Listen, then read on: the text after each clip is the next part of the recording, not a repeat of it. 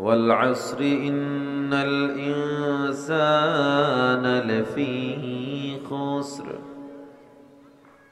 إلا الذين آمنوا وعملوا الصالحات وتواصوا بالحق وتواصوا بالصبر. صدق الله مولانا العظيم. وقال النبي صلى الله عليه وسلم: من أحب لله وأبغض لله وأعطى لله ومنع لله فقد استكمل الإيمان.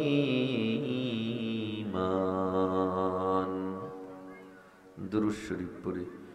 اللهم صل على محمد وعلى آل محمد كما صليت على إبراهيم وعلى آل إبراهيم إنك حميد مجيد.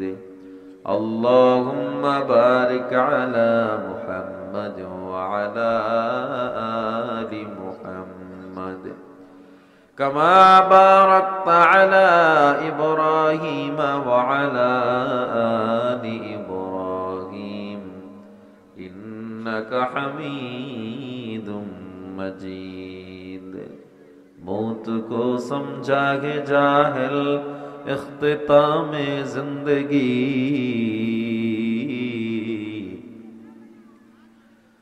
मौत को समझा है जाहिल इख्तिताम जिंदगी, दर हकीकत मौत तेरे इब्तिदाए जिंदगी। ई चमन सखरा भी होगा ये खबर बुलबुल को दो, ताकि अपनी जिंदगी को सोच कर कुर्बा करे। जिंदगी है अज़बराए बंदगी, जिंदगी बेबंदगी शर्मिंदगी। आयुष उशरत के लिए दुनिया नहीं, याद रख तू बंदा है मेहमान ही। ला इलाहा इल्लल्लाह जुरे ला इलाहा इल्लल्लाह, ला इलाहा इल्लल्लाह, ला इलाहा इल्लल्लाह, ला इलाहा इल्लल्लाह, ला इलाहा इल्लल्लाह, ला इलाहा इल्लल्लाह,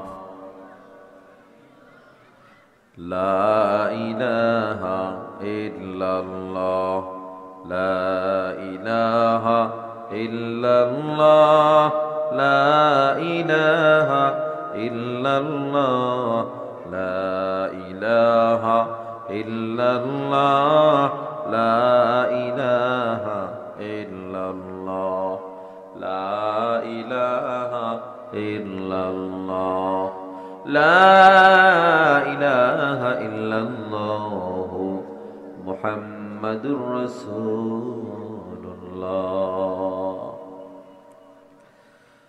अस्तगफिरुल्लाह रब्बी मिन कुल्ली ज़ंबिन व अतूबु इलैहि, ला हौला वला कुव्वता इल्ला बिल्लाहिल अलिय्यिल अज़ीम। रब्बि इश्रह ली सदरी व यस्सिर ली अमरी वहलुल उक़दतम मिन लिसानी यफ़क़हू क़ौली। शुक्र नेमत नेमत अफ़ज़ू कुनाद, कुफ्र नेमत अज़ कफ़त बीरू कुनाद।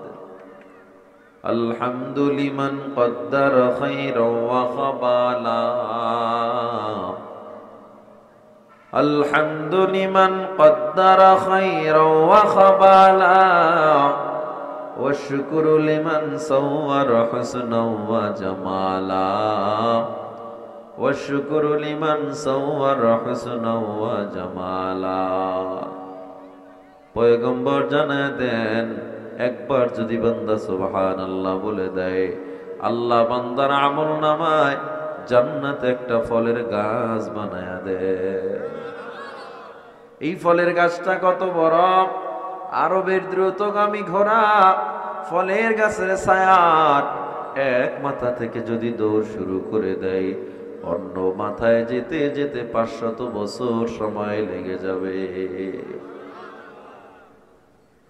তাহলে এই শুকর আদায়ের দরকার আছে না নাই? জবান খুলে জোরে আল্লাহর দরবারে একবার পড়ি আলহামদুলিল্লাহ, হয় না আরো জোরে আলহামদুলিল্লাহ। সূরা আসর তেলাওয়াত করেছি, সংক্ষিপ্ত নামাজের যে সূরাটা আপনারা সবচেয়ে বেশি ব্যবহার করেন, সূরা আসর, ইন্না আতাইনাকাল কাউসার, কুল হুয়াল্লাহ, এই সূরাগুলো খুব জনপ্রিয়, ঠিক না? কেন জানেন? ওই যে নামাজ তো খুব তাড়াতাড়ি শেষ করে কাজে যাইতে হবে, কারণ এটা তো ডিস্টার্ব, নামাজ একটা ডিস্টার্ব না, খুব দ্রুত শেষ করে যাইব না, এটা সিস্টেম না। তাহলে বোঝা যায় আমাদের যে আল্লাহ তাআলা সুযোগ দিয়েছেন নেক কাজ করার, আজকের এই জামদিয়া মাদ্রাসার মাহফিলের মাধ্যমে এখানে আমরা আসছি ঠেকে পইরা আসি নাই, আল্লাহকে খুশির জন্যই আসছি, ঠিক না? যেহেতু খুশি করার জন্য আসছি, তাইলে সূরা আসরের উপর যতটুকু আলোচনা হবে আমরা আমল করতে পারবো তো ইনশাআল্লাহ? কয় না, সবাই কয় না, জোরে কন ইনশাআল্লাহ। তো সূরা আসর জনপ্রিয় ছোট সূরা এই জন্য, তবে এটার মাহাত্ম্য, এটার তাফসীর এত বিশাল। সাহাবায়ে কেরাম একে অপরের যখন মুখোমুখি হতেন সূরাতুল আসর তেলাওয়াত করে শোনাতেন। আরো তো কত সূরা আছে, আছে না? কি সূরা তেলাওয়াত করতেন? সূরা আসর। আল্লাহর নবীজি বলে কিয়ামতের দিন সবচেয়ে উজ্জ্বল চেহারা কার হবে? কয় যারা নফল নামাজে সূরা আসর পড়েছিল, এদের চেহারা এত নূর হবে যে অন্যান্য অনেক ইমানদাররা এদের আলোর পিছনে হাঁটতে থাকবে। সূরা আসর আল্লাহ তাআলা বলেন ওয়াল আসর ইন্নাল ইনসানা লাফি খুসর। সময়ের শপথ আল্লাহ বলেন, কালের শপথ, ইন্নাল ইনসানা লাফি খুসর। আল্লাহ সময়ের কসম করে বলেন নিশ্চয়ই সব মানুষগুলো ক্ষতিগ্রস্ত, সব মানুষগুলো ক্ষতিগ্রস্ত, ধ্বংস। কাজী সানাউল্লাহ পানিপতি রাহমাতুল্লাহ আলাইহি তাফসীরে মাদারিতে বলেন আল্লাহ যাকে ক্ষতিগ্রস্ত বলে সে কোনো দিন জান্নাতি হতে পারে না। তার মানে সব মানুষ জাহান্নামী। আল্লাহ বলছেন না সব মানুষ জাহান্নামী ইল্লা, হ্যাঁ, তাহলে বুঝেন আল্লাহর কতটা গুরুত্ব। মাকাবেলের কথাগুলো অর্থাৎ পূর্বের কথাগুলো যখন নফি ইসবাত নিষেধাজ্ঞা থেকে আদেশ সূচক হয়ে যায়, পরের কথাগুলো অনেক গুরুত্বপূর্ণ হয়ে যায়। আল্লাহ ডাইরেক্ট বলছে সব মানুষ জাহান্নামী ইল্লা, কিছু মানুষ জাহান্নামে যাবে না। সূরা আসরে 4টা মুমিনের গুণ বর্ণনা করেছে আল্লাহ। কয়টা? এই 4 গুণ যার মধ্যে থাকবে আল্লাহ বলে এই 4 গুণওয়ালা মানুষ জান্নাতে যাবে, বাকিরা জাহান্নামে যাবে। এখন আমাদের এই 4টা গুণ শেখার, আমল করার দরকার আছে না নাই? আল্লামা ইবনে আব্বাস রাদিয়াল্লাহু তাআলা আনহু জানায় দেয়, হে মানুষ, তোমরা যদি শুধু সূরা আসরের উপরে আমল করো, 30 পারা কোরআন, পুরো কোরআনের উপরেও যদি আমল করতে না পারো, শুধু সূরা আসরের উপরে যদি আমল করো, আল্লাহ তোমার সূরা আসরের মাধ্যমেই জান্নাতে নিয়ে যাবে। আল্লাহ কসম করে বলেন সময়ের শপথ, ইন্নাল ইনসানা লাফি খুসর। নিশ্চয়ই সব মানুষ ধ্বংস, সব মানুষগুলো জাহান্নামী ইল্লা, তবে সবাই না। কয় কারা জান্নাতে যাবে? কয় 4 গুণওয়ালা মানুষ জান্নাতে যাবে। 4 গুণের মধ্যে 1 নম্বর গুণ, ইল্লাল্লাযীনা আমানু ওয়া আমিলুস সালিহাত।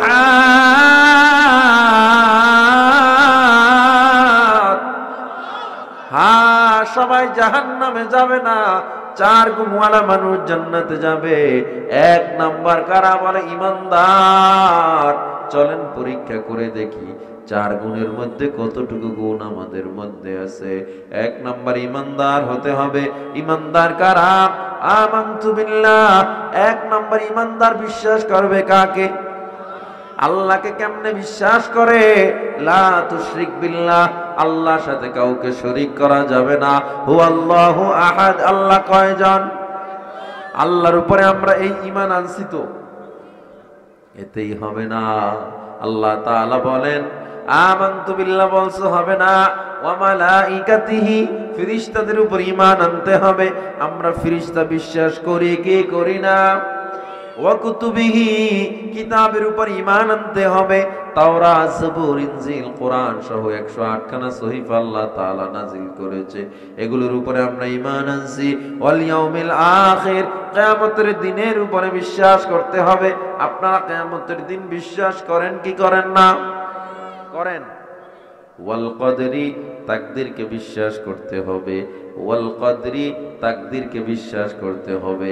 ভাগ্যের পরিণাম, খায়রিহি ভালো, ওয়া শাররিহি মন্দ, মিনাল্লাহি তাআলা, তাকদীরের ভালো মন্দ সবকিছু হয় কার পক্ষ থেকে? সুতরাং তাকদীর আপনারা মানেন তো? ওয়া রাসূলিহি, নবীজির উপর ঈমান আনতে হবে। নবীর উপর ঈমান আনে কেমনে? আল্লাহর নবী আমার আল্লাহ তাআলার প্রেরিত পয়গম্বর রাসূল এবং তিনি তার বান্দা, এটা মানেন কিনা? এবং নবীকে শেষ নবী মানেন কিনা?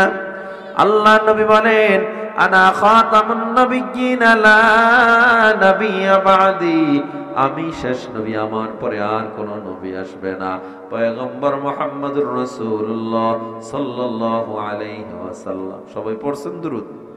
পড়েন সাল্লাল্লাহু।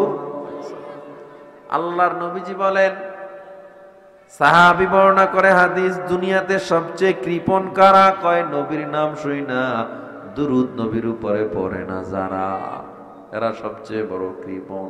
এজন্য আমার নবীর কথা যখনই শুনবেন কি পড়বেন? সাল্লাল্লাহু আলাইহি ওয়াসাল্লাম। ও মুসলমান, নবীর উপর ঈমান আমরা আনলাম, কিন্তু নবী শেষ নবী এটা যদি মানি, পরবর্তীতে যদি কেউ নিজেকে নবী দাবি করে, সে মুসলমান না কাফের? কাদিয়ানি মুসলমান না কাফের? কাদিয়ানীদেরকে যারা কাফের মনে করবে না, তারাও কাফের। ঠিক কিনা জোরে বলেন? আমরা মুসলমান, পেটে খাবার না থাকলে আমাদের সমস্যা নাই। টাকার জন্য মুসলমান ময়দানে আন্দোলনে নামে না।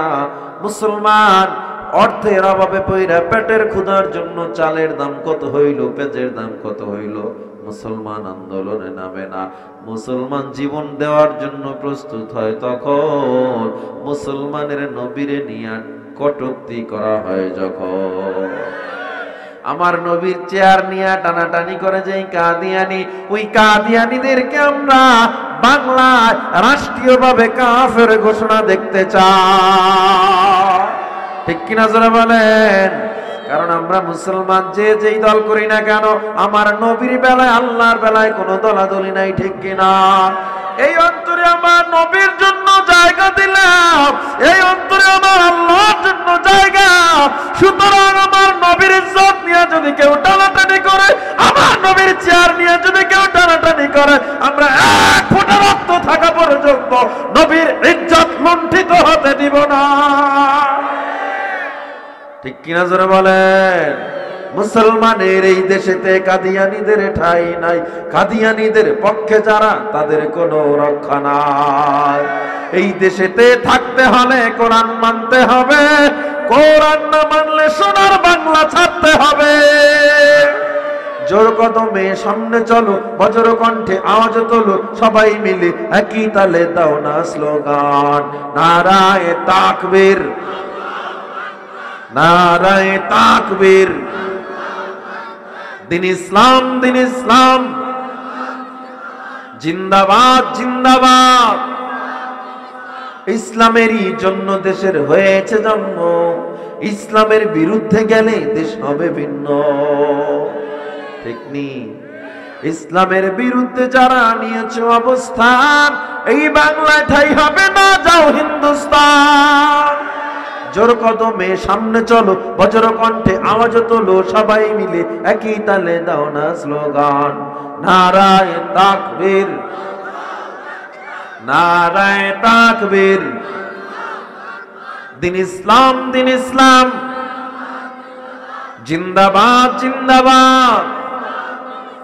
সুতরাং আমরা নবীর মানলাম, কিন্তু নবীর শেষ নবী আমরা মানলাম। আর আমার নবীর শেষ নবী মানলে এরপরেও যদি কেউ নিজের নবী বলে দাবি করে, এ মুসলমান না কাফের, যদি আপনি এর বিরুদ্ধে ময়দানে না নামেন, প্রতিবাদ না করেন, তাহলে কি নবীর উপরে পরিপূর্ণ ঈমান আনা হইল নি? জোরে বলেন। এজন্য আল্লাহ কয় 4 গুণের 1 নাম্বার গুণ ইমানদার হওয়া। ইমানদারের অনেকগুলা শর্ত। আল্লাহরে মানতে হবে, নবীকে মানতে হবে, পরকাল মানতে হবে, কিতাব মানতে হবে, ফেরেশতা মানতে হবে, তাকদীর মানতে হবে। আমরা এই সবগুলো মানি কি মানি না? তাইলে 4 গুণের 1 গুণ আমাদের মধ্যে আছে, বলেন আলহামদুলিল্লাহ। জান্নাতে যাওয়ার কয় গুণ? সবাই আঙুল উঠান, কয় গুণ? এই 4 গুণের আমাদের মধ্যে আছে কয় গুণ? লাগবে কয়টা? আর কয়টা লাগবে? হইল কয়টা? 4টার মধ্যে আমাদের মধ্যে আছে কয়টা? লাগবে কয়টা? আল্লাহ তাআলা বলেন ইমানদার হলে হয় না, ওয়া আমিনুস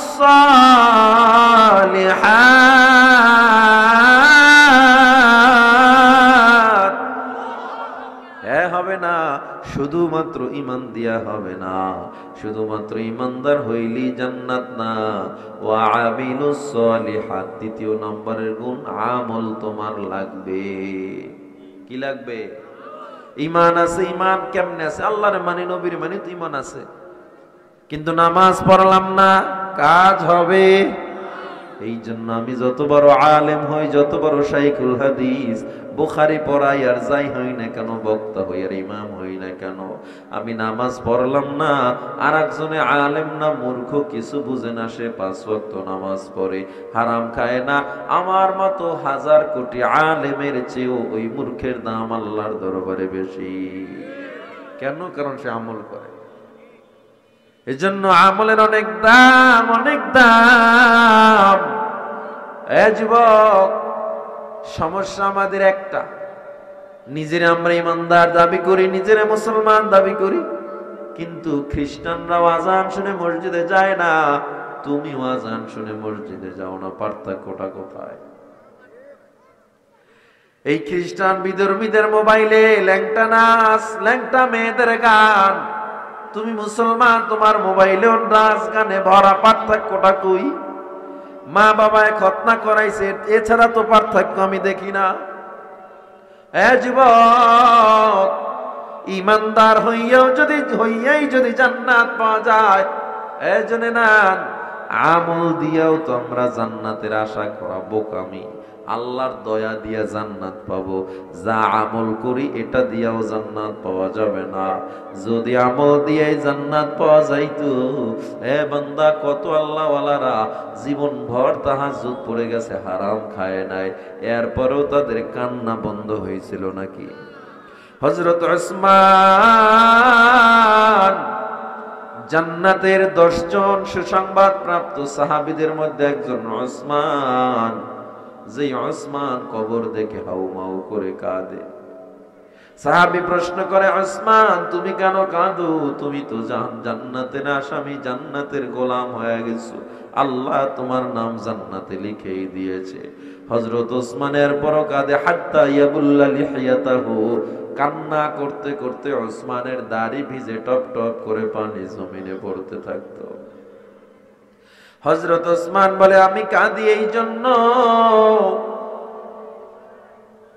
কিয়ামতের ময়দানে যদি আমার আল্লাহ বলে, উসমান তোরে আমি ভালোবেসে জান্নাতের ঠিকানায় নাম দিয়েছিলাম, আজ আমার তোরে ভালো লাগে না, তোর অমুক কাজটা আমার ভালো লাগে না, তোর নাম আমি জান্নাত থেকে কেটে দিলাম, তখন আমি ওসমানের কি উপায় হবে? আর আপনি আমি নামাজ পড়ি না, এরপরেও নিজের জান্নাতি বলে দাবি করি। যারা নামাজ পড়ে, যারা আল্লাহরে মানে, এদেরকে নিয়ে কটূক্তি করতে দেরি করে না। শুধুমাত্র অল্প একটু কাজ করে, কি কয়, শুক্রবারের নামাজটা পড়ে, আর কিছু নাই। কি পড়ে? যায় সবার শেষে, আসে সবার আগে, এরপরও তার দম্ভ, তার অহংকার কমে না। আল্লাহ তাআলা বলে, গোলাম আমল নিয়ে বড়াই করিস না, অহংকার করিস না রে গোলাম। তাইলে আমল আমাদের লাগবে। এক নম্বরে আমল, সবচেয়ে দামি, সবচেয়ে গুরুত্বপূর্ণ ইবাদতের নাম কি? আরো জোরে বলেন। ইন্নাস সালাতা তানহা আনিল ফাহশাই ওয়াল মুনকার। নামাজ যত খারাপ কাজ থেকে তুমি নামাজ পড়ো, নামাজ তোমারে অটোমেটিক অন্য অন্য খারাপ কাজ থেকে ফিরায় রাখবে। নামাজ এমন একটা ইবাদত, আউয়ালু মা ইউহাসাবু বিহিল আবদু ইয়াউমাল কিয়ামাতিস সালাহ। কিয়ামতের দিন সর্বপ্রথম কিসের হিসাব হবে? এই নামাজ এমন এক গুরুত্বপূর্ণ ইবাদত। কিন্তু এখন আসেন, আমার নামাজটা আল্লাহর জন্য হইতেছে তো? বুঝলাম ঈমান আছে, আমলও, নামাজ আমার আছে, এখন এই নামাজটা কি আল্লাহর জন্য হচ্ছে তো? অনেকে কয় যে নামাজ পড়ি, এই তো আর কি না। একটা জিনিস বুঝবেন, কিয়ামতের ময়দানে এক সাহাবায়ে কেরাম নবীর সামনে বসা, নবী কয়, তোমরা জানো নামাজির নামাজ আল্লাহ চেহারার উপরে মারবেন, রোজাদারের রোজা আল্লাহ চেহারার উপরে ফিকে মারবেন, দানকারীর দান চেহারার উপরে আল্লাহ মারবেন। সাহাবায়ে কেরাম বলে, পয়গম্বর এত কষ্ট করে নামাজ পড়ি, এরপরও চেহারার উপরে কেন আল্লাহ নামাজ ছুড়ে দিবেন? আল্লাহর নবী বলে, সাহাবা, যারা নামাজ পড়ছে মানুষ যেন তাকে নামাজি বলে এই জন্য, দান করছে মানুষ যেন তাকে দানবীর বলে এই জন্য বান্দা দান করছে, রোজা রাখছে এই জন্য যে কি কয় মানুষ, আমি এত বড় হাজী সাহেব রোজা না রাখলে কেমন দেখায়, এই জন্য রোজা রাখছে। আল্লাহ কয় লৌকিকতা যুক্ত ইবাদত আল্লাহ কখনো গ্রহণ করবে না। তার মানে নামাজটা হতে হবে কার জন্য? আর আল্লাহর জন্য হতে হলে কিছু শর্ত আছে না নাই?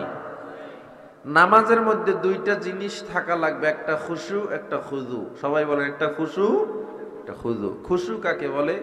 পুরো শরীরের অঙ্গ প্রত্যঙ্গ আল্লাহর দিকে সিজদাবনত করার নাম হলো খুশু, আর অন্তরকেও আল্লাহর দিকে ঝুঁকানোর নাম হলো খুজু।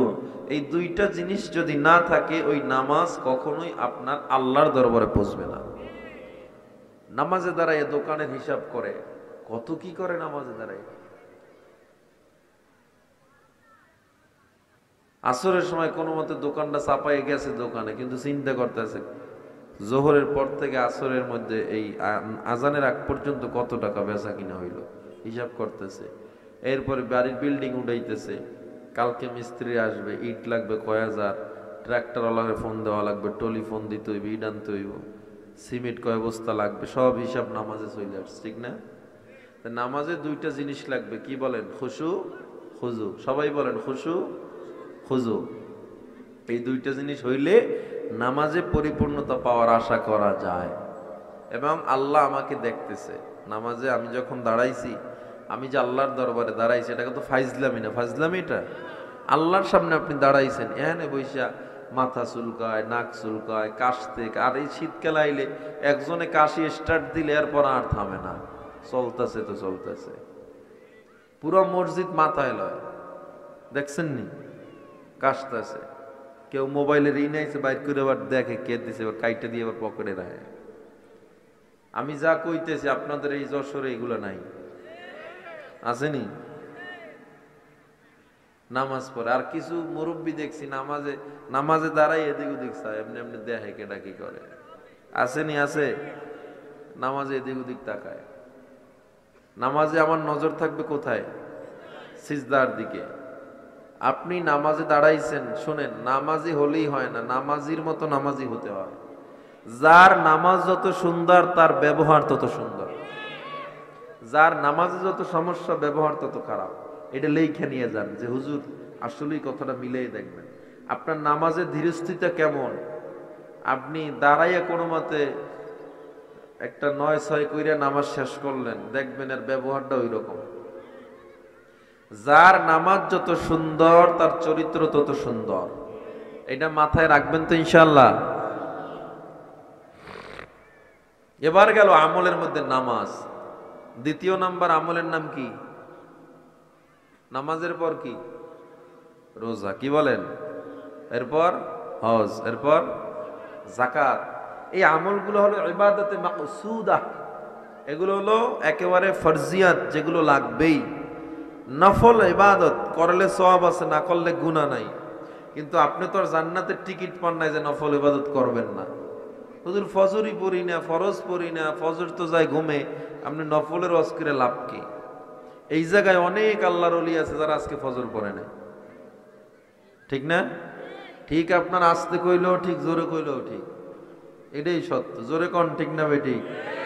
তাহলে যারা নামাজ পড়েন নাই, অনেকে এশা না পড়ে ওয়াজ শুনতে বসছেন, আমি দোয়া করি আল্লাহ যেন এই ওয়াজের হেদায়েতের ময়দান থেকে আল্লাহ যেন তাদেরকে ৫ ওয়াক্ত নামাজি বানায়। এখান এই যে এই যুবক, এটা চলবো না, এনে বাদাম ব্যস্ত হয়েছেন ওয়াজের মধ্যে, এটা হবে না, ওঠেন ওঠেন ওঠেন। ওয়াজ শুনবেন না বাদাম খাইবেন? এই যে আপনার কয়টার বাদাম আছে? হ্যাঁ, কথা কয় না। হ্যাঁ, ২০০০টার বাদাম লই আপনি মাঠের মধ্যে ঢুকছেন। আপনি এই দিক লইয়েন, এদিক লইয়েন, এটা দিক লইয়েন, লইয়েন। কেমনে আটটাছে? দ্রুত আহেন, এদিকে আহেন না। মাশাআল্লাহ, কি সিনে বাদাম দেই, নামান দিই রে।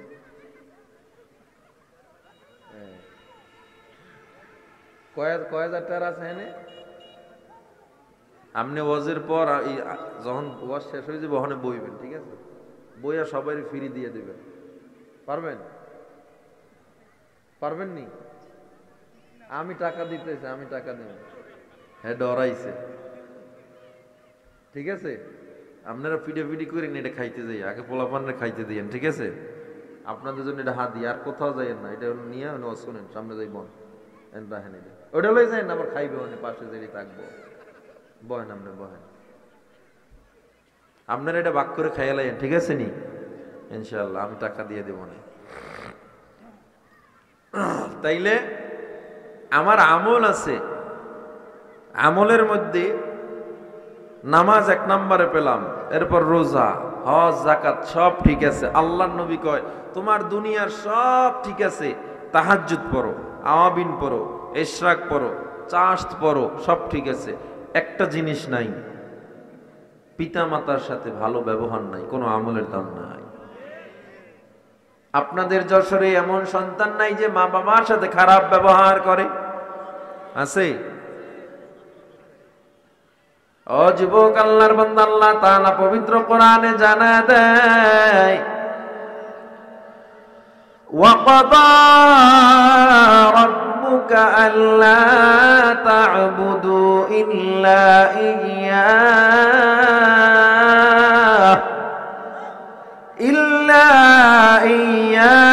ইয়্যাহু ওয়া বিল ওয়ালিদাইনি ইহসানা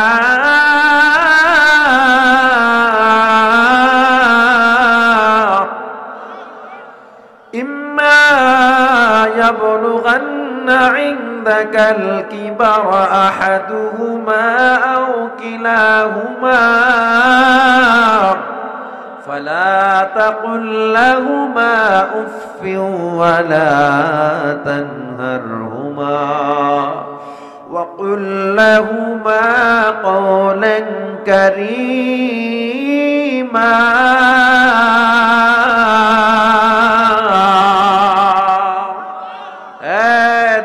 মানুষ, আমি আল্লাহ তোমাকে অর্ডার করে দিলাম, মা বাবার সাথে সৎ ব্যবহার করো। সৎ ব্যবহারের পরিণামটা কেমন, কি লেভেলে করবা, আল্লাহ তাআলা জানায় দেয়, ফালা তাকুল লাহুমা উফ, মা বাবার কোনো কথায় উফ শব্দ পর্যন্ত বলতে পারবা না। কি বলা যাবে না? আর সন্তান মা বাবার সাথে খারাপ ব্যবহার করে, ও যুবক, এই দুনিয়ায় যার মা নাই, যার বাবা নাই, সে বুঝে মা বাবার কত দাম। যার মাথার উপরে বাবা নামের ছায়াটা নাই, সে বুঝে বাবার কত দাম। যার মাথার উপরে মায়ের ছায়া নাই, সে বুঝে মায়ের কত দাম। ও আমার যুবক ভাই, ও আমার বৃদ্ধ বাবারে, মা বাবার খেদমত অত্যন্ত জরুরি জিনিস। আমলের বয়ান হলো, আমল করলেন কিন্তু মা বাবার সাথে ভালো ব্যবহার করলেন না, এই আমলের কোনো দাম নাই। ও যুবক আমার, বৃদ্ধ বাবা, এই আমলের কোনো দাম নাই।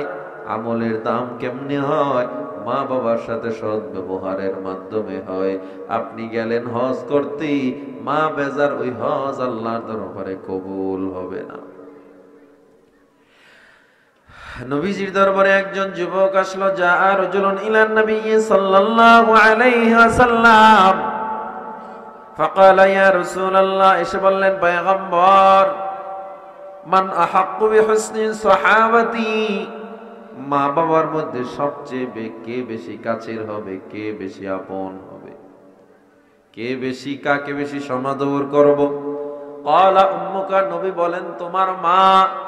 ক্বালা সুম্মা মান, নবী এরপরে কে? ক্বালা উম্মুকা, নবী আবার বলেন তোমার মা। ক্বালা সুম্মা মান, নবী এরপরে কে? ক্বালা উম্মুকা, নবী আবার বলে তোমার মা। কয়বার? জোরে কোন? ক্বালা সুম্মা মান, নবী এরপরে কে? ক্বালা আবাক, নবী কয় এরপরে তোমার বাবা। মায়ের নাম কয়বার? বাবার নাম কয়বার?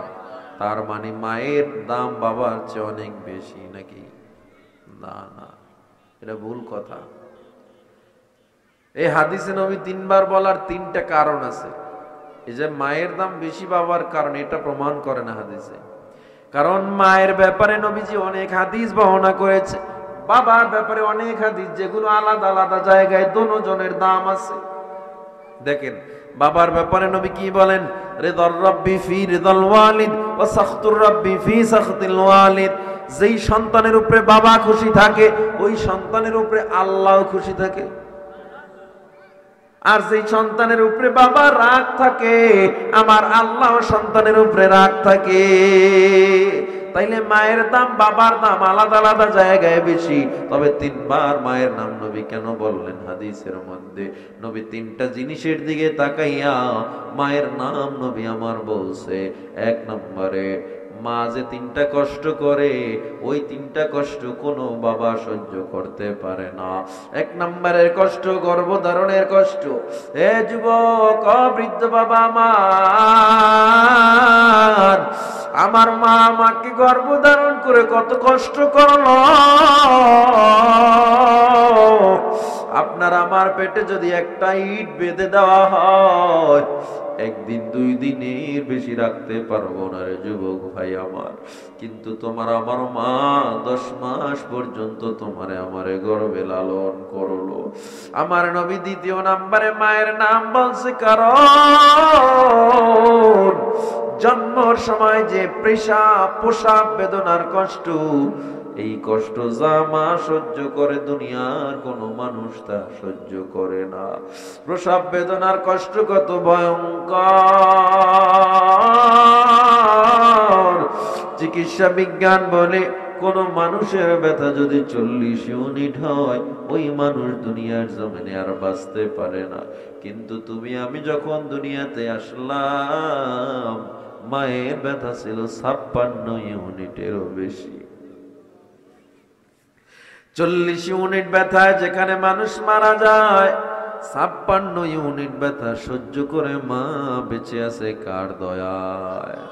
আরো জোরে বলে, সাগর নদী আর পাহাড় বনে, পাখিদের গুনগুন গুঞ্জরণে ভেসে আসে ওই সুমধুর তান। চারিদিকে শোনো আল্লাহর জয়গান। আল্লাহ মহান, আল্লাহ মহান, আল্লাহ মহান, আল্লাহ মহান। মহান, আল্লাহ মহান, আল্লাহ মহান, আল্লাহ মহান। শোনো তুমি মন দিয়ে কোকিলের সুর, শুনতে লাগছে দেখো কত না মধুর। মিষ্টি মিষ্টি ওই দোয়েলের গান, রয়েছে তাহাতে কি সুধা ফুরান। কোথা পেল তাহারা এসো রমলান, জবাব পাবে দিল খোদা মহিয়ান। আল্লাহ মহান, আল্লাহ মহান, আল্লাহ মহান, আল্লাহ মহান, আল্লাহ মহান, আল্লাহ মহান, আল্লাহ মহান, আল্লাহ মহান। জবান খুলে বলেন কে মহান? বললো যদি আকাশের চাঁদ তারা, কোথা পেলে স্নিগ্ধ এ জোছনা ধারা। সূর্যকে বলো যদি কোথা পেলে আলো, রাত্রি হলো কেন নিকষ কালো। কোথা পেল মানব এক আল কোরআন, কোথা পেল মানব এক জীবন বিধান। জবাব একটা সবই আল্লাহর দান। আল্লাহ মহান, আল্লাহ মহান, আল্লাহ মহান, আল্লাহ মহান, আল্লাহ মহান, আল্লাহ মহান, আল্লাহ মহান। জোরে জোরে কোন আল্লাহু আকবার। আরো জোরে বলেন আল্লাহু আকবার। 40 ইউনিট ব্যথা যেখানে মানুষ মারা যায়, 56 ইউনিট ব্যথা মা সহ্য করলে এরপর বেঁচে আছে কার দয়ায়? আমার আল্লাহ কয় গোলাম দেখ আমি তোর মায়ের অন্তরে কেমন দয়ার একটা মিটার বসায়া দিলাম। এত ব্যথা সহ্য করলো, এরপরও দুনিয়াতে যখন আসছে মা মুদরে ফালায়া দেয় না। ও বান্দা, চেহারার দিকে মা তাকায়া সব ব্যথা মা ভুলে গেছে। ঠিক কিনা জোরে বল। 3য় নম্বরে নবী মায়ের নাম কেন বললো? 3য় নম্বরে বলার কারণ জন্মের পর যে লালন পালনের কষ্ট এটা বাবা করে না, মাই করে। এই 3টা দিকে তাকাইয়া আমার নবী মায়ের নাম 3 বার বলেছে। মা বাবার ব্যাপারে আমার আল্লাহ নিজেই কোরআনে দোয়া শিখা দিছে, রব্বির হামহুমা কামা রব্বায়ানি সগীরা। পীরের ব্যাপারে আল্লাহ দোয়া শিখায়া দেন নাই, আমার আল্লাহ কোন ওলির ব্যাপারে দোয়া শিখায়া দেন নাই, আমার আল্লাহ আকাবির আসলাফদের ব্যাপারে দোয়া শিখায়া দেন নাই, আমার আল্লাহ পয়গম্বরদের ব্যাপারে দোয়া শিখায়া দেন নাই, আমার আল্লাহ মা বাবার ব্যাপারে দোয়া শিখায়া দিছে। এজন্য আল্লাহ বলে আমার পরেই দুনিয়ায় সবচেয়ে সম্মানের স্থান হলো মা বাবার। আল্লাহ রাসূলের পর দুনিয়ায় যদি কাউকে সম্মান সবচেয়ে বেশি করতে হয়, কারে করা লাগবে? এই জন্য আপনার আমল আছে, নামাজ রোজা আছে, সব আছে, মা বাবার সাথে ভালো ব্যবহার নাই হবে না, মা বাবার সাথে ভালো ব্যবহার লাগবে। তাইলে 4টা শর্তের মধ্যে 2টা শর্তের পরিপূর্ণতা আপনার মধ্যে পাওয়া যাবে। 1 নম্বরে আমরা পেয়েছিলাম ঈমান, 2য় নম্বরে পেলাম আমল, আরো বাকি আছে কয়টা? এই জোরে জবাব দেন। যশোর ঝিনাইদহের মানুষের এই একটা প্রবলেম, কথা কইতে চায় না। কে কইতে চায় না আমি জানি না, কি সমস্যা, কথা কইলে কইতেই পারি না। যত জায়গায় বয়ান করলাম এই জীবনে, একটা মানুষ কথা কইতে চায় না।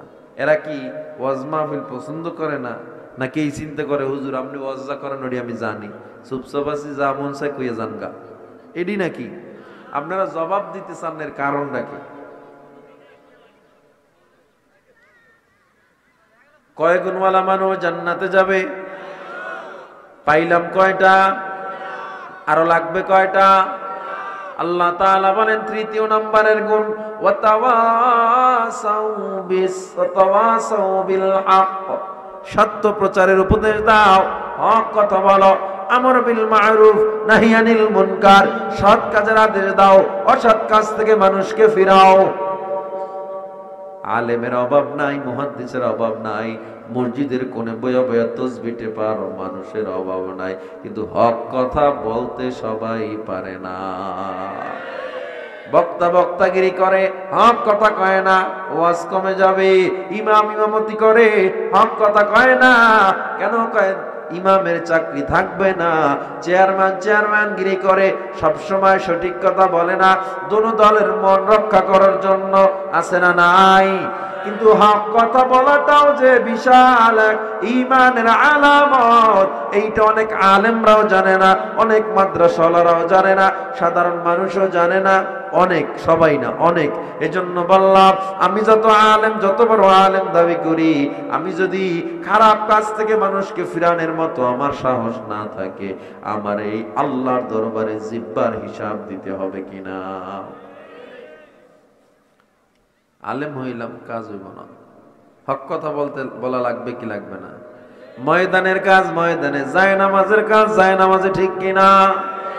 সব কাজ যদি জায়নামাজে হইতো, আল্লাহ নবী মসজিদে নববীর মিম্বার থেকে ওই তাহাজ্জুদের মুসাল্লায় থেকে নামাজ পড়ার পর আমার নবী উহুদের ময়দানে গিয়া দাঁত শহীদ করতো না, আমার নবী তায়েফের ময়দানে রক্ত ঝরাইতো না। এর মানে প্রমাণ হয়ে যায় আল্লাহর নবী জায়নামাজের কাজ জায়নামাজে করেছেন, ময়দানের কাজ ময়দানে করেছে। যারা আজকে জিহাদকে মাইনাস করে, হক কথাকে মাইনাস করে, শুধু দরবারি আলেম পীর পূজারি যারা ঘরের মধ্যে বসে ইসলামকে কায়েম করতে চায়, এরা ভণ্ড ভণ্ড ইহুদির দালাল। টাকা কমে যাবে, পেট পূজারি পীর আছে না নাই? এই সারাদিন গদিতে বয়া থাকে, গদ্দি লড়ে যাবে, এরা পীর না, এরা হলো পেট পূজারি শয়তান। হক কথা বলা কি লাগবে কি লাগবে না? তোমার আমার সামনে যাত্রার আয়োজন হয়, গানের আয়োজন হয়, আল্লাহ বলে গান বাজনা হারাম, তোমরা আয়োজন কইরা আল্লাহর কোরআনের আয়াতকে বিদ্যাঙ্গুলি দেখাইতেছো। আল্লাহ কয় হারাম, তুমি আয়োজন কইরা বিদ্যাঙ্গুলি দেখাইতেছো। যেহেতু সমাজে তুমি এটা খারাপ প্রভাব ফেলতেছো, এটা আমাদেরকে আবার সামাজিক ভাবেই প্রতিবাদ করা উচিত। এখন কয় এগো গান হেরা করুক, আমার কাম কি? এই 4 গুণের 1 গুণ তোমার মধ্যে হলো না, কারণ তুমি হক কথা বলার মতো সাহস তোমার মধ্যে নাই। আল্লাহ কয় হবে না, হবে না। হক কথা যদি না বলো, কিয়ামতের ময়দানে আমি আল্লাহ তোমারে কাঠগড়ায় দাঁড় করাবো। হক কথা বলা যাবে তো ইনশাআল্লাহ। কি হবে আলেম হয়ে ইমাম সেজে সমাজেতে, পারো যদি সত্য কথা উচ্চ স্বরে না বলিতে। চাকরির ভয় করো যদি, ছেড়ে দাও ওই না গদি। কি হবে ধোকা দিয়ে আল্লাহকে, কি হবে বেঁচে থেকে, ঠিক কিনা? কি হবে শেষ নবীজির উম্মত বলে দাবি করে, যদি এই নবীর চেয়ার কাদিয়ানীরা দখল করে। নবীজির জন্য যদি রক্তের বহে নদী, তবুও হটব না এই দাবি থেকে। কি হবে বেঁচে থেকে? ও যুবক, আল্লাহর বান্দা, ও আমার যুবক, ও যশোরের মুসলমান, একটু চিন্তা করে দেখেন, আপনি হক কথা বলতেছেন না, কতটুকু তৃপ্তিতে আছেন? একদল মানুষ ময়দানে মার খায়, আর আপনি ঘরে বসে মুরগির রান চাবাইবেন। এটা কখনো ইসলাম শরীয়ত সমর্থন করে না। আল্লাহ কয় 1 নম্বরে লাগবে ঈমান, 2 নম্বরে আমল, 3 নম্বরে হকের প্রচার, 4 নম্বরে ওয়াতাওয়াসাউ বিস-সাবর, ধৈর্য। ধৈর্য আমাদের আছে তো? মিথ্যা কথা, ডাহা মিথ্যা কথা। ধৈর্য নাই। ধৈর্য কারে কয়? 25 বছর প্রেম করে শেখা খাইছে, 25 বছর আর বিয়ে করে না, ধৈর্য ধরছে, এটা ধৈর্য না? হ্যাঁ, এটারে ধৈর্য কয় না। ধৈর্য কাকে বলা হয়? وَلَنَبْلُوَنَّكُمْ بِشَيْءٍ مِّنَ الْخَوْفِ وَالْجُوعِ وَنَقْصٍ مِّنَ الْأَمْوَالِ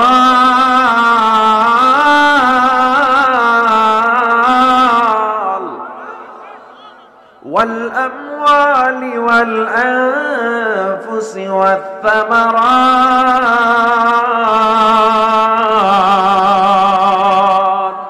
আল্লাহ কয় আমি আমি আল্লাহ তোরে পরীক্ষা করব, দেখব তখন ধৈর্য কতটুকু। আমি আল্লাহ তোর সংসারে অভাব দিব, দেখব তুই গ্রামীণ ব্যাংক থেকে গিয়া অভাবে পইরা সুদে টাকা নামাইছো কিনা, ব্র্যাক ব্যাংক থেকে গিয়া অভাবে পইরা সুদে টাকা নামাইছো কিনা, কিস্তিতে টাকা নামাইছো কিনা। আমি আল্লাহ দেখব হারামের মধ্যে চলে গেছো কিনা, অভাবে পইরা চুরি বাটপারি ডাকাতি শুরু করছো কিনা, নাকি আল্লাহর উপরে ধৈর্য ধরে আল্লাহর উপরে তাওয়াক্কুল করে আসো। এর নাম ধৈর্য। ওয়াল খাউফ, আমি আল্লাহ ভয়ের মধ্যে ফালাবো। ভয়ের মধ্যে কেমনে ফালায়? যুদ্ধের ময়দানে আমি আল্লাহ ডাক দিব, এখানে ভয়, জীবন যেতে পারে, দেখবো তুমি আল্লাহর উপরে ধৈর্য ধরে আল্লাহর জন্য জীবন দিতেছো নাকি তুমি ভয় পাইয়া ঘরের মধ্যে আছো। এটার নাম ধৈর্য। আমি আল্লাহ ভয়ের মধ্যে ফালাবো, ক্ষুধার মধ্যে ফালাবো। ওয়া নাকসিম মিনাল আমওয়াল, আমি আল্লাহ তোমার সম্পদ কমায়া দিব, মালের পরিমাণ কমায়া দিব। সবার ধান হয়, সবার এত সম্পদ হয়, তোমার খেতে ধান হয় নাই। তুমি এখন আল্লাহর উপরে খুশি আছো নাকি বেজার হইছো? আমি আল্লাহ তখন দেখবো। আমাদের সমাজের মানুষগুলো কি করে? আল্লাহ কি আর কারো জমি দেখলো না, ধান দেখলো না, আমারটাই দেখলো? কই কি কয় না? আমার দোকানে আগুন লাগছে, আল্লাহ কি আর কারো দোকান দেখে না? আমার দোকানটা আল্লাহ দেখছে। কয় কি কয় না? অথচ আমার আল্লাহ কয়, ধৈর্য যদি ধরতি, আল্লাহ তুমি আমারে এই মাত্র 40 মণ ধানের জায়গায় আমি 5 মণ পাইছি। ওই ধানগুলো পাইয়া আলহামদুলিল্লাহ যদি বলতো, আল্লাহ তোমার উপরে খুশি, যা আমার পাওয়ার ছিল তুমি সেটাই আমারে দিয়েছো, এটা বইলে যদি বলতেন আলহামদুলিল্লাহ, আমার আল্লাহ কয় ওয়া ইন তাউদ্দু লা তুহসুহা, তোরে এমন দাওয়াত দিতাম গণনা কইরা শেষ করতে পারতি না। কিন্তু অধিকাংশ মানুষ এই নাশুকরিয়ার কারণে বিপদে পড়ছে, আর বরকত পায় না। আল্লাহর কোন নিয়ামতে সে বরকত পায় না, কারণ ওই যে মন খারাপ করছে। ক্ষুধার মধ্যে পড়েও যারা আল্লাহকে ভুলে না, মাস চলে যায় গরিব, 1 মাস 2 মাস চলে যায়, 1 কেজি গরুর গোশত কিনে খানা খাইতে পারে না, এরপরও হারাম খায় না। ও যুবক, ও যশোরের মুসলমান, তুমি ওই ডাল আলু ভর্তা দিয়া খানা খাইয়া হালাল কামাইয়ে ডাল আলু ভর্তায় যেই মজা, হারাম কামাই করনেওয়ালা কোটিপতির মুরগি রোজ কোরমা পোলাবে সেই মজা নাই। এজন্য অল্প কামাই করলেও হারাম খাইও না। ঘরে চাল না থাকলেও মানুষের কাছে হাত পাইতো না, চাইবো কার কাছে? ধৈর্য ধরো, তোমার চেয়ে 1000 কোটি গুণ কষ্টে আমার নবীরা জীবন কাটাইছে, সাহাবায়ে কেরামরা জীবন কাটাইছে। আজকে মাঠে ময়দানে কাজ করতে গেলেই তোমার নামাজ কাজা হয়ে যায়, রিকশা চালাইলে ভ্যান ঠেললে তোমার নামাজ কাজা হয়ে যায়। ও যুবক, ওই মাঠের জমিন থেকে ধান উঠানোর ক্ষমতা কার? তাইলে তুমি ওই আল্লাহর সিজদা না দিয়া ধানের পিছে দৌড়াও, এর চেয়ে বোকা আর হতে পারে না। ধান দেওয়ার মালিক কে? রিজিক দেওয়ার মালিক কে? ওই রিজিকের মালিক রে সিজদা না দিয়ে তুমি রিজিকের পিছনে দৌড়াইতেছো, এর চেয়ে বোকা আর মূর্খ আর কেউ হতে পারে না। আল্লাহর নবীজি দিনের দাওয়াত দিতেছে, হঠাৎ আমার নবী তাকায় দেখে ফাতেমার ঘর দেখা যায়। নবী চিন্তা করলো, বহুদিন হয় হাসান রে দেখি না, হোসাইনকে দেখি না, আজকে একটু হাসানকে দেখবো, হোসাইনকে দেখবো। আমার নবী ঘরের কিনারায় গিয়া ডাক দিছে, মা দরজাটা খোল। ফাতেমা কোনো জবাব দেয় না। আবার আমার নবী ডেকে বলে, মা আমি তোর বাবা, দরজাটা খোল। ফাতেমা কোনো জবাব দেয় না। আমার নবী ডাক দিয়া কয়, মা তোর কি হয়েছে, কেন জবাব দেও না? আমার নবী কানটা লাগায় শুনে গুন গুন করে ফাতেমা কান্না করতেছে। আমার নবী ডাক দিয়া কয়, মা তুই কি জানো না আমি বাবা তোর চোখের পানি সহ্য করতে পারি না, কেন কাঁদো? ফাতেমা চোখের পানি ছেড়ে কাঁদে আর কয়, বাবা আমার আমার শরীরের কাপড়গুলো এত পুরাতন হয়ে গেছে, বিভিন্ন জায়গা থেকে ছিঁড়ে গেছে, আমি কেমনে আসবো তোমার সামনে? আমার নবী নিজের গায়ের চাদর জানালা দিয়া দিল, নে মা গায়ে লাগা। ফাতেমা যখন চাদরটা গায়ে লাগাইলো, আমার নবী ঘরের মধ্যে চলে গেলেন। ঘরের মধ্যে গিয়া নবী যখন বসলেন, নবীজির মেয়ে খাতুনে জান্নাত ফাতেমা রাদিয়াল্লাহু আনহা নবীর ঠিক বাম পার্শ্বে বৈশা, ডান গালটা নবীর বাম বাহুর সাথে লাগাইয়া চোখের পানি ছেড়ে কাঁদে আর কয়, বাবা গো, আর ক্ষুধার যন্ত্রণা সহ্য করতে পারি না। আমার নবী কয়, কি হয়েছে মা, আমায় বল। ফাতেমা কয়, বাবা গো, 3 দিন হয়ে গেল ঘরের চুলায় আগুন জ্বালাইতে পারি না। আমার নবী ফাতেমার চেহারা দিকে তাকাইয়া হাউমাউ করে কান্না শুরু করে দেন। আল্লাহর আরশটা থরথর করে কেঁপে উঠল। জিবরিল আমিন ডাক দিয়া কয়, আল্লাহ, ওই ফাতেমার কান্না থামাও, থামাও। ফাতেমার কান্না সহ্য হয় না। আল্লাহ, তোমার নবীর কান্না সহ্য হয় না, তাড়াতাড়ি কান্না থামাও, আমি কিন্তু পাহাড় চাপা দিয়া গোটা আরববাসীরে মেরে ফেলবো। নবীর কান্নার আওয়াজ, হাসানের ঘুম ভেঙে গেল, হোসাইনের ঘুম ভেঙে গেল। হাসান দৌড়ে আইসা নবীর জড়াইয়া ধরছে। হোসাইন নবীর জড়াইয়া কান্দে আর কয়, নানা ভাই, এতদিন পর্যন্ত খবর নেও নাই। ও নানা ভাই, ও নানা ভাই, তুমি কি জানো তোমার আদরের হাসান হোসাইন দেখো তাকায়া কই কথা বইলাই পেট থেকে গেঞ্জিটা সরায়া দিছে। ও নানা ভাই, তাকা দেখো পেটটা পিঠের সাথে লাইগা গেছে। তোমার মেয়ে 3 দিন পর্যন্ত খানা দেয় না। আজকে তোমার মেয়ের বিচার করো। আমার নবী বুঝায়, ধৈর্য ধর। ও হাসান, অভাবের মধ্যে থাকলেও আল্লাহরে বলা যাবে না।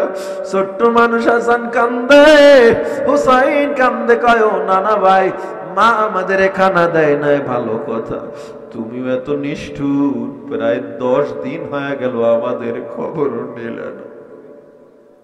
একটু কি মায়া লাগে না রে নানা ভাই? আমার নবী কয়, ও হাসান, তোরা আজকে আমার কাছে বিচার চাও। আমার নবী কয়, তোরা আমার কাছে বিচার চাও, আমার কাছে বিচার করার মতো কিছু নাই, কারণ তোরা তো 3 দিন পর্যন্ত খাও না। আমার নবী পেটের থেকে চাদরটা সরাইয়া কয়, তোরা তো 3 দিন পর্যন্ত খাও না, আর দেখ তোর নানায় 7 দিন পর্যন্ত খায় না। আমার নবী পেটে পাথর বেঁধে দেখ দিনের দাওয়াত দিছে। আমার নবীর পেটে পাথর দেখে হাসান হোসেন কান্না জোরে করে, আল্লাহর কুদরত অন্তর সহ্য হয় না। আল্লাহ ডাক দিয়া কয়, জিবরিল জলদি যাও, আমার হাসানের কাছে যাও, হুসাইনের কাছে যাও, ফাতেমার কাছে যাও, গিয়া তাড়াতাড়ি বলো তারা কি চায়, আমি আল্লাহ দেওয়ার জন্য প্রস্তুত আছি। জিবরিল আমিন এসে বলে, পয়গম্বর, আল্লাহ বিশাল সুসংবাদ পাঠাইছে। ফাতেমা যদি এখন চায়, লা আমলা উদ-দুনিয়া বিদ-দাহাবি ওয়াল ফিদ্দাতি, জমিন থেকে আসমান পর্যন্ত আল্লাহ স্বর্ণ রূপা দিয়া বোঝাই করে দিবে।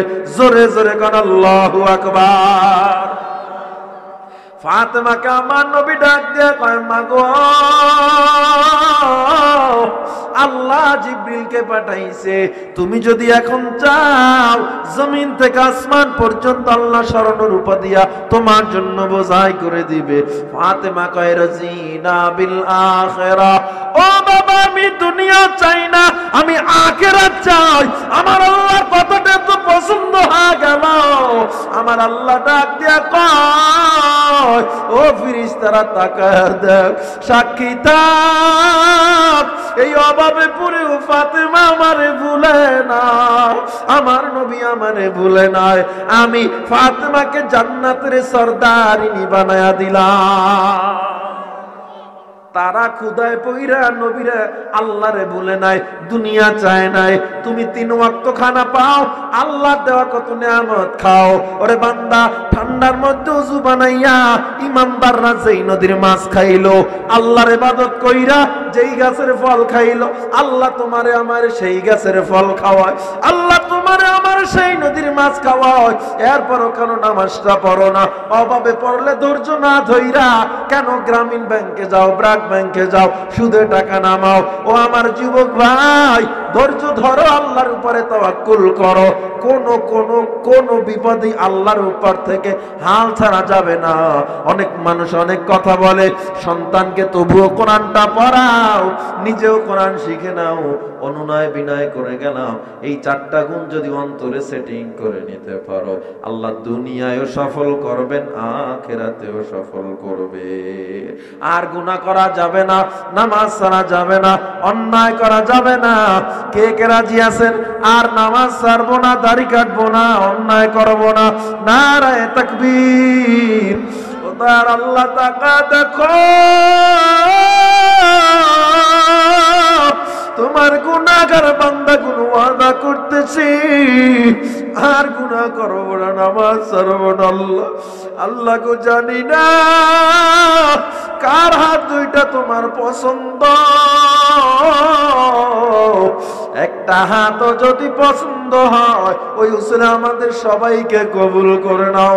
আল্লাহ মরণ পর্যন্ত নামাজের উপরে অটল থাকার তৌফিক দাও, ঈমানের উপরে অটল থাকার তৌফিক দাও, 4টা গুণ নিয়ে কবরে যাওয়ার তৌফিক দাও। সবাই পড়েন আমিন, জোরে কোন আমিন। কয় গুণওয়ালা মানুষ জান্নাতে যাবে? 1 নম্বরে ঈমান, সবাই বলেন। 2 নম্বরে আমল, সবাই বলেন। 3 নম্বরে, 3 নম্বরে হক কথা, 4 নম্বরে ধৈর্য। এই 4টা গুণ মুখস্থ করে নেন, জীবন থাকার জাত এই গুণ থেকে বের হব না। আল্লাহ আমাদের সবাইরে কবুল করে নেন, সবাই পড়েন আমিন। আর সন্তানটাকে মাদ্রাসায় পড়ান, চাকরির জন্য চিন্তা করেন, চাকরি হয় না, এরা কি বুঝে? কোরআন পড়ে, এরা কোরআন পড়ে কি আর কিছু শিখতে পারে? শোনেন, কোরআন পড়েই যদি শিখতে না পারে, তাহলে কোরআনের অবমাননা করলেন না আপনি? এরা কি আর পারে কোরআন ছাড়া? কোরআনে কি কোনো শিক্ষা নাই? কসমোলজি বিদ্যা, অ্যাস্ট্রোলজি, বায়োলজি, জিওলজি, ফিজিক্স, পদার্থবিজ্ঞান, মহাকাশ বিজ্ঞান, Proxima Centauri, Alpha Centauri, Andromeda, galaxy, black hole, প্রত্যেকটা আলাদা আলাদা টপিক নিয়ে যদি আমি বয়ান করি কোরআন থেকে, আপনার 2 ঘন্টা টাইম লেগে যাবে। কোরআনে যে কি আল্লাহ দিয়ে রাখছেন, কোরআনে আল্লাহ রাজনীতি কেমনে করবেন, রাষ্ট্র কেমনে চালাবেন, পরিবার কেমনে চালাবেন, অর্থনৈতিক ব্যবস্থা, হিসাব বিজ্ঞান পর্যন্ত আল্লাহ কোরআনে রাখছেন। সুতরাং আপনি যদি বলেন কোরআনে কি আছে, এটা আপনার প্রশ্ন হতে পারে, কিন্তু সন্তানকে পড়ায়া দেখেন কোরআনে কি আছে, ঠিক না? ঋগ্বেদ, গীতা, বাইবেল, রামায়ণ, তাওরাত, জবুর, ইনজিল, এগুলো সব কোরআনের নিচে থাকে। বেঈমানরাও মেনে নিয়েছে Quran is the best book in the world. পৃথিবীর শ্রেষ্ঠ বইয়ের নাম কি? কোরআন। শ্রেষ্ঠ কিতাব হলো কোরআন, তারা মেনে নিয়েছে। বিজ্ঞান যা আবিষ্কার করে 100 বছর আগে, আল্লাহ তা কোরআনে 1500 বছর আগে সব বইলে রাখছে। সুতরাং এই কোরআনকে যদি আপনি না মানেন, ইসলামকে যদি না বুঝেন, এটা হলো আপনার ব্যর্থতা, আপনার দুর্বলতা। আধুনিক যদি বলেন সেটা হলো কোরআন, যদি বলেন মডার্ন সেটাও হলো কোরআন। ইসলাম কখনো আধুনিকের বাহিরে না। কিয়ামত পর্যন্ত ইসলাম আধুনিক থাকবে, কিয়ামত পর্যন্ত কোরআন আধুনিক থাকবে। সুতরাং নিজেও শিখেন কোরআন, সন্তানকেও মাদ্রাসায় পড়ে কোরআন শিখায় নেন। আল্লাহ আমাদের সবাইকে সহি বুঝ দান করেন। অত্যন্ত চমৎকার আয়োজন, মাদ্রাসার আয়োজন। আমি সার্বিক সফলতা কামনা করি। শেষ ভালো যার, সব ভালো তার। আর দোয়া ও মুখল ইবাদা, দোয়াই হলো ইবাদতের মূল মগজ। আপনারা দোয়া করে যাবেন ইনশাল্লাহ। দেখি কারা কারা রাজি আছেন ইনশাল্লাহ। হুজুর শেষ দোয়া করেই বাড়ি যাব, আল্লাহ কবুল করেন।